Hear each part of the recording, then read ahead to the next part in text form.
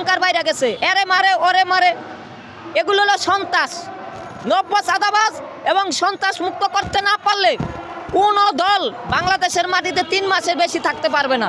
আর নির্বাচন চান, নির্বাচন যে চান, জনগণও নির্বাচন চায়, কিন্তু এই যে নব্য চাঁদাবাজগুলির কারণে জনগণ অতিষ্ঠ। এই কারণে জনগণ ভয় পায়, নির্বাচন চাইতে চায় না। রিক্সাওয়ালাকে জিজ্ঞাসা করেন, শতকরা 80% লোক নির্বাচন চায় না ভয়ে। কারণ কি? তারা মনে করে নব্য চাঁদাবাজরা যদি বিভিন্ন দলে ঢুকা আমাদের উপর রিক্সার পিছনে সাইনবোর্ড লাগা চাঁদা নেয়, এই কারণে ডক্টর ইউনূসে তারা সেফ মনে করে। এখন ডক্টর ইউনূস যে ক্ষমতা ছাইরা দিব আর ভোট দিব, কিভাবে দিব? আজকে নব্য চাঁদাবাজরা একতরফাভাবে ক্ষমতা আসতে চায়।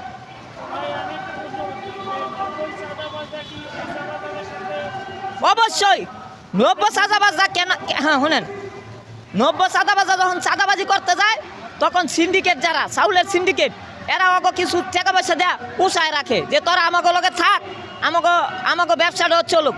বড় বড় ব্যবসায়ীরা এগো কিন্তু টুটকা বাটকা সন্ত্রাসী ভাবে, তারা বড় বড় সিন্ডিকেটরা তো কিছু হালকা পাতলা দিয়া চা পানি দিয়া এগো বুঝ দেওয়া যায়, তখন এগুলি এগো সাপোর্ট দেয়, তখন চালের দাম তেলের দাম বাইরে যায়, বুঝলেন? এই কারণে এই বড় বড় কিছু সিন্ডিকেট, বাংলাদেশ অল্প কিছু সিন্ডিকেট কিন্তু চালের দাম বাড়াইছে।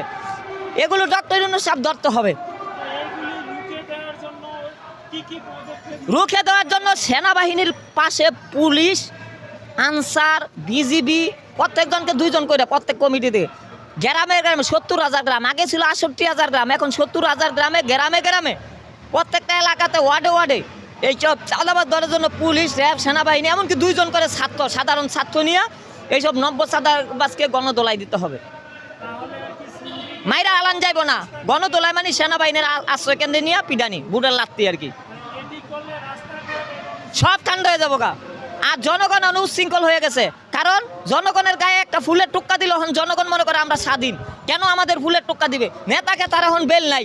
আমি যে একটা জনকল্যাণ পার্টির চেয়ারম্যান, সারা জীবন মানুষের উপর করেছি, আমারও জনগণ দাম দেয় না, রিক্সাওয়ালারা পর্যন্ত খেপা যায়, কারণ রিক্সাওয়ালা তো খেপবই। আপনি ভাব লইবেন, রিক্সা উঠবেন, ঠিক মতো রিক্সা ভাড়া দিবেন না, সুন্দর ব্যবহার করবেন না, ছোটো বড় মানবেন না, তুই তামারি ভাষা করবেন, তাহলে কি রিক্সাওয়ালারা কি নেতাকে মানব? সেটাই আর কি। সাহেব 18 মাস থাকলে আমাদের কোনো আপত্তি নাই, জনগণের থাকুক, সংস্কার করুক। ধন্যবাদ। অনেকে চায় না, ভুল কথা। শতকরা 80% লোক ইউনূসকে চায় ভয়ে ভয়ে, কারণ নব্য চাঁদাবাজের ভয়ে তারা অতিষ্ঠ, এই কারণে ইউনূসকে চায়।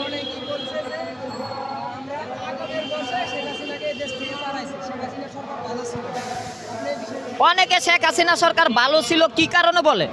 আসলে ভালো ছিল না, কেউই ভালো না, আসলে কোনো দলই ভালো না। শেখ হাসিনা ভালো ছিল এই কারণে বলে বিপদে পইরা, বুঝছেন? কেউই ভালো না।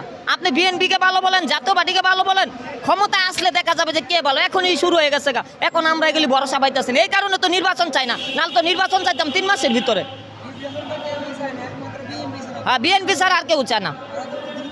হ্যাঁ, ওরা চাইতে হইলে আগে নব্য চাঁদাবাজ দূর করতে হবে, তারপর নির্বাচন চাইতে হবে। আমরা ভোট দিব না।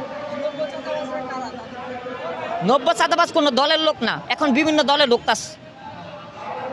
ধন্যবাদ।